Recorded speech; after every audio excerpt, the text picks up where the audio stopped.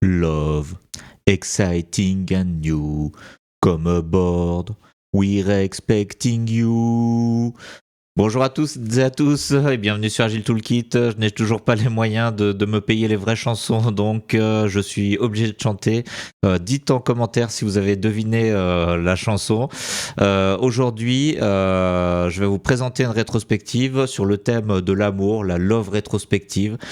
Pourquoi ? Parce que c'est la Saint-Valentin ce samedi 14 février, oui c'est ça. Donc on customise un peu la rétro pour un peu amuser nos équipes, pour que ça fasse icebreaker. Alors j'ai appelé ça Love rétrospective. En réalité, on va faire une rétro assez classique. Donc là, on est un peu dans la série des rétros classiques. Je vous ai remis ici toutes les rétros, les grands classiques. En tout cas, ceux que moi j'aime bien, il y en a certainement d'autres. Je les connais pas tous, des templates de rétro classiques, il y en a vraiment beaucoup. Ceux que je pratique le plus sont ici. Et bien là, aujourd'hui, on va faire la rétro qui s'appelle Rose, Bud, Thorn. Donc autour du concept de la rose. Bud, c'est le bourgeon ou le bouton de rose plutôt. Et Thorn, c'est l'épine.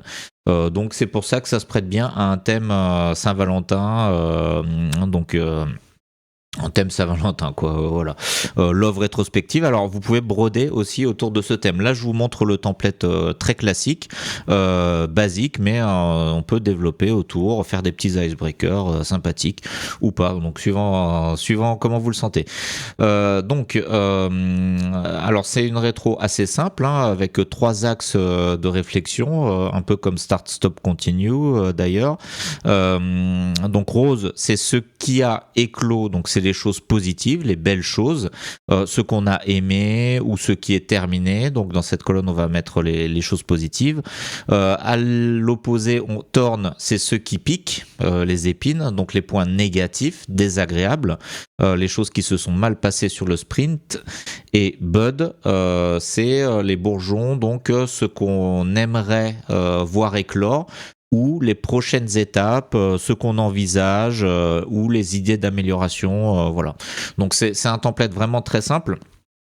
Mais les templates simples, moi je trouve c'est les meilleurs, parce que en fait une rétro, bon c'est assez difficile l'exercice de la rétro, parce que on va cultiver les retours de tous les équipiers, essayer de les organiser. C'est beaucoup d'humains, ça peut être du ressenti, mais ça peut aussi, l'idée c'est de l'amélioration continue, donc faut parler des problèmes, les analyser, etc. Donc c'est assez compliqué.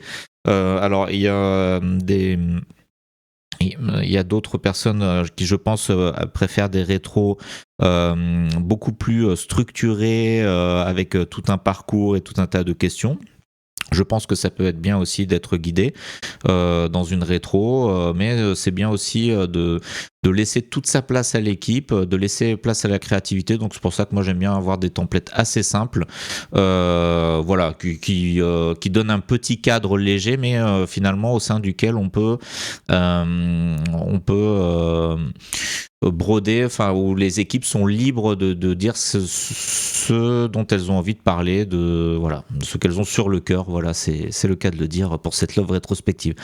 Alors on fera d'autres templates plus tard de rétro quand j'aurai le temps, de plus sophistiqués, pour travailler des points techniques. Mais là on reste dans les rétros simples, donc je vous ai présenté le template. Donc ça c'est assez facile. Je vais vous faire un petit exemple. Alors là vous voyez, j'ai repris Klaxoon. Il est vide, je vous mettrai les images. Donc là c'est le template que je viens de vous présenter, et ici je l'ai agrandi avec Paint.net. Donc ça bien sûr c'est un template généré par IA, d'ailleurs je le trouve très bien, très simple, donc j'y reviendrai après sur la génération IA. Donc si vous voulez l'utiliser, vous le mettez directement ici. Bien sûr je vous donnerai le fichier, d'ailleurs il est déjà sur le site. Il n'est pas ici, je vais le mettre ici. Il est voilà, ici sur mon site où il y a tous les templates de rétro. Vous pouvez le retrouver ici et déjà le télécharger pour l'utiliser. Donc là je vous mettrai la version aussi agrandie. Donc, pour initialiser le template, c'est extrêmement simple. Donc, j'aime bien aussi les templates simples parce que quand on n'a pas le temps d'organiser des rétros, si on s'occupe de beaucoup d'équipes ou si on a beaucoup d'activités, maintenant on est de plus en plus pressé, il faut toujours aller plus vite, on a toujours une pression. Alors ça dépend, c'est pas dans toutes les entreprises, mais dans certaines, vraiment, on peut être parfois sous pression en termes de temps. Et bien là, je vous montre comment instancier un template en moins de 5 minutes. Un template classique, l'avantage des grands classiques, c'est qu'on peut les dégainer à tout instant. Il n'y a pas besoin, vu qu'ils sont connus, je vous les présente sur cette chaîne si vous au cas où vous les connaîtriez pas, mais vous les connaissez peut-être sûrement. Vu qu'ils sont connus, leur fonctionnement est simple. Alors ils ont chacun leur particularité, on peut travailler certains points. Moi j'aime bien par exemple les 3 petits cochons où on a les forces, les faiblesses et les points intermédiaires. Donc vous pouvez le sortir à tout moment si vous n'avez pas le temps de faire quelque chose de plus sophistiqué. Donc là ici je vous ai mis le template, voilà. Donc il est bien positionné, il est accroché et je vais vous mettre des exemples. Alors on va parler de CinéPS comme à chaque fois, c'est le petit site web qu'on développe pour mon Ciné Club. Donc qu'est-ce qui s'est bien passé, qu'est-ce qui a éclos? On a fait une release, récemment. Bon, alors ça c'est un site non public, hein, c'est uniquement à destination de mes amis et moi du Ciné Club. Donc je peux pas vous le montrer, mais enfin si, je vous l'ai déjà montré, mais je peux pas vous donner le code. Mais on a fait une release, on a une nouvelle feature présélection, donc ça donne une grande satisfaction. Présélection, voilà.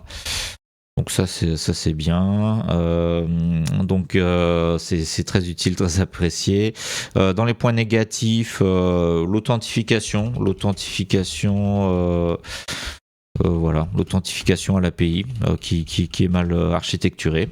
Donc je vais pas être très long, hein. Le but c'est pas de parler de... Alors on peut mettre des codes couleurs, par exemple on peut mettre rouge les points négatifs. Et puis les choses à éclore, alors moi sur ce projet, ce que j'aime bien c'est programmer avec l'IA. Donc ça ça me permet de faire des expériences avec VS Code, apprendre à programmer avec l'IA. Donc ça j'en parle pas sur la chaîne de la programmation avec l'IA, à part pour le vibe coding, mais là c'est autre chose, c'est vraiment être assisté par l'IA au quotidien. Donc voilà, c'est quelque chose que j'explore et voilà. Donc ça c'était pour vous donner des petits exemples de tickets. Donc là je suis tout seul dans une équipe, vous seriez 5, 10 peut-être, 10 c'est le maximum. Donc chacun pourra mettre ses tickets. Comme les questions, les axes d'études sont assez simples, normalement c'est assez facile. Il suffit de penser à ce qu'on a vécu pendant le sprint et de remplir les colonnes. Donc en termes d'animation, c'est un peu toujours la même animation, mais je le redis comme ça, si vous ne voyez que cette vidéo, eh bien vous avez tout le mode d'emploi, clé en main. Donc revue des sprint goals.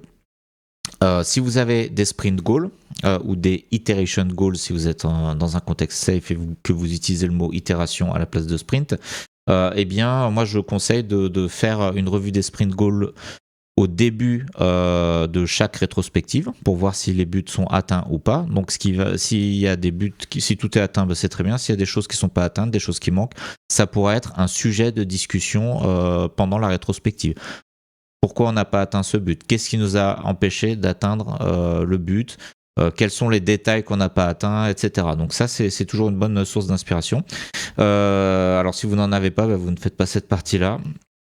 Ensuite, suivi des actions de la rétro précédente. Donc, faut toujours à l'issue, le but d'une rétro. Alors, c'est pas toujours, on trouve pas toujours des actions de rétrospective, mais si on en a déjà identifié par le passé, il faut faire un petit suivi et le meilleur moment pour faire un suivi, si on n'a pas le temps de le faire avant, c'est pendant la rétrospective suivante. Donc regardez où en sont les actions de la rétro. Ensuite, présentation de la rétro, c'est ce que j'ai fait juste avant en vous présentant le board. Ensuite, on se donne un petit temps, 5 minutes, 10 minutes, ça peut varier, où chacun va créer ses post-it.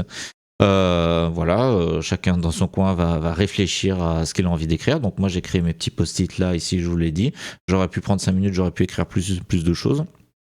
Bon, c'est pas l'objet de cette vidéo. Et enfin, c'est la partie finalement la plus difficile où on va brainstormer. Voilà, donc là, les petites bulles sont très explicites, les gens vont parler, échanger, puis ça va faire naître des idées. Donc là, ça peut être, ça dépend des équipes, ça peut être complètement naturel ou plus difficile à animer suivant la dynamique ou suivant le moment. Donc le but, c'est de faire parler les gens donc des sujets qu'ils ont écrits, et notamment les sujets négatifs, essayer de comprendre pourquoi, essayer de trouver des solutions, des points d'amélioration. Donc il y a plusieurs techniques, on peut parler à tour de rôle, en attribuant des rôles, en choisissant des personnes aléatoirement. On peut demander s'il y a des gens volontaires qui veulent parler d'un sujet en particulier, pourquoi pas. Voilà, on peut dire que celui qui vient de parler, il choisit la personne suivante qui va parler. Voilà, il y a plusieurs techniques. C'est bien quand même que tout le monde puisse avoir la parole. Et quand une personne a la parole et qu'elle aborde un sujet, eh bien là, ça doit être une discussion. C'est pas juste la personne qui va dire et expliquer ce qu'elle a écrit. Alors c'est la première étape, mais tout le monde doit pouvoir s'exprimer, discuter dans une conversation naturelle. Et puis si ça a du mal à démarrer, eh bien le Scrum Master peut poser quelques questions, ou la Scrum Master peut poser quelques questions, essayer de faire vivre un peu cette conversation, quoi. Voilà, donc ça c'est le mode d'animation classique. À l'issue, ou pendant même plutôt, pendant les discussions, si on identifie des actions de rétro, il faut les noter, parce que sinon on va les oublier, ça sert à rien de les avoir identifiées. Ça serait dommage d'avoir pris 1 heure pour faire la rétro et finalement de perdre 7 heures parce qu'on s'est souvenu de rien. Alors c'est pas perdu complètement, parce que une rétro, ça peut être une opportunité de se plaindre, ça fait toujours du bien. Un bon petit débriefing, ça fait quand même du bien, même si c'est pas très structuré. Mais c'est quand même mieux si on arrive à en sortir quelque chose de concret, et si oui, de le noter les actions. Donc je reviens pas sur les différentes manières de noter, vous faites comme vous voulez, ça peut être un tableau Google Sheet, une page Confluence, des actions dans Jira, dans Version 1 ou autre. Il faudrait identifier un responsable. Alors c'est pas obligé, parce que parfois on préfère laisser l'inspiration venir, et on n'a peut-être pas envie forcément d'identifier tout de suite pendant la rétro, mais si on le fait pas, il y a de bonnes chances que l'action ne soit jamais traitée par personne. Donc c'est quand même mieux d'identifier un responsable et de la mettre en œuvre. Et si on n'identifie pas, charge au Scrum Master de le faire en cours de route pendant le sprint, de chercher quelqu'un, ou éventuellement de le faire lui-même si c'est possible, si c'est de son ressort. Et les actions doivent être suivies dans la rétro suivante. Suivi des actions, je reviens pas sur le petit tableau que je présente à chaque fois. Allez voir les autres vidéos si jamais vous voulez voir à quoi ça ressemble. Alors enfin, si vous voulez faire vos propres templates, je vous ai remis ici le lien pour générer vos propres templates. Alors pourquoi ça ne marche pas? Oui, redirecting, c'est parce que on est passé à ChatGPT 5.2 ou quelque chose comme ça. Vous utilisez GPT-4o, bon. J'espère que ça va marcher. Je vous mettrai à jour le lien, mais en tout cas, ici, donc c'est un GPT custom. Si vous avez un compte ChatGPT, vous pouvez très bien générer un template de rétrospective. Par exemple, il vous suffit d'écrire le thème de la rétrospective. Donc là, on va remettre notre rétro du jour, Rose, Bud, Thorn. Voilà, le nom classique. Bon, c'est en anglais parce que beaucoup de rétros ont été inventés par des Anglais. Donc là, ça prend un certain temps et ça va générer une rétro. Alors, je l'ai fait avant. Alors, c'est pas ici, c'est ici. Voilà, je l'ai fait avant, ici, via... alors là, c'était avec ChatGPT 5. Donc, je vous mettrai un lien dans la description. Je vous mettrai le bon lien avec ChatGPT 5.2, qui est la dernière version. Et ça m'a généré ceci, qui est la même chose, mais avec des images un peu différentes, peut-être un peu plus jolies. En plus, vous avez les explications, ce qui a bien fonctionné, les opportunités à saisir, ce qui pose problème. Donc là, oui, je souhaite avoir l'image, voilà. Ah non, super, voici les variantes que tu peux utiliser. Bon, alors là, je comprends pas. Ça posait quoi comme question? Souhaites-tu que j'essaie à formuler? Ah, mais c'est pas ça que je voulais. Bon, c'est un effet démo, c'est une erreur. Alors, on va refaire. Voilà, nouveau chat.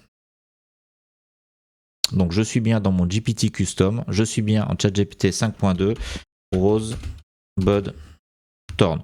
Alors, si jamais, bon, c'est de l'IA, hein, c'est expérimental, c'est nouveau, tout n'est pas encore parfaitement au point, c'est normal, mais c'est des outils à pas négliger. La plupart de mes templates, je génère maintenant avec l'aide de l'IA. C'est pas forcément systématique, c'est Alors, c'est presque systématique, au moins partiellement avec l'aide de l'IA. Donc ici, vous avez la collection de tous mes templates depuis que j'ai lancé la chaîne.